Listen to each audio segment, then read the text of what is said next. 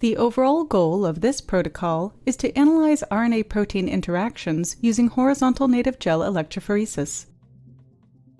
This method can help answer key questions in RNA biochemistry, such as defining the characteristics of specific RNA-protein interactions. The main advantage of this technique is that it allows complex formation to be monitored multiple times during electrophoresis.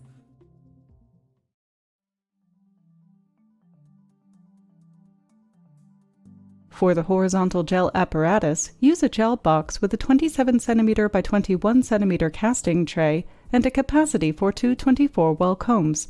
This setup provides a total of 48 samples that can be analyzed simultaneously.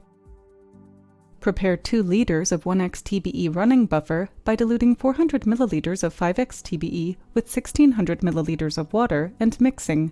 Place the TBE buffer in the cold room to cool.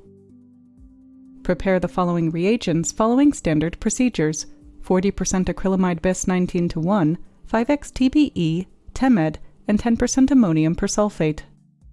To make a 10% native acrylamide gel, add the following to a 500 milliliter flask: 80 milliliters of 5x TBE, 100 milliliters of 40% acrylamide, and water to a final volume of 400 milliliters.